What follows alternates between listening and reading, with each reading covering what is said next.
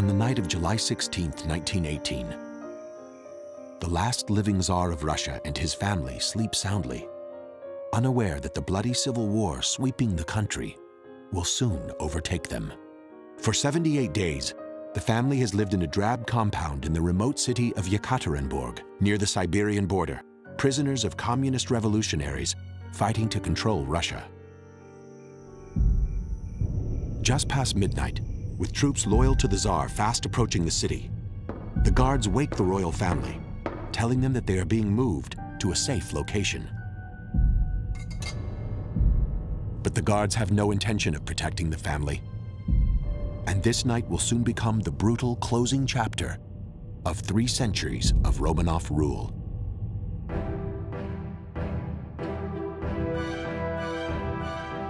At the height of his reign, Tsar Nicholas had been the richest, most powerful man in the world, controlling 1/10 of the Earth's surface and a fortune worth $30 billion.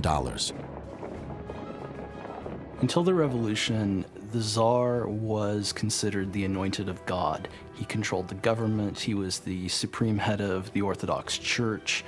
He was worshipped as a demigod by most of his subjects, and his word was considered law in every aspect of life. Every decision was his. Even the most simple name change had to go across his desk. With his marriage to Alexandra, a German princess and granddaughter of Queen Victoria, the Tsar had expanded his sphere of influence to include the courts of Europe. In St. Petersburg, the Tsar and his family lived in a breathtaking palace with 1,000 rooms. Hundreds of servants attended their every whim, and it seemed like a fairy tale existence.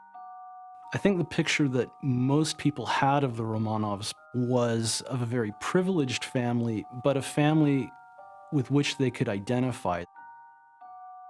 Nicholas was extremely clever in the way he used his family. He had 4 gorgeous daughters. He had a beautiful son. They were very photogenic. I think he used them to sort of boost the very early on celebrity of the ruling family.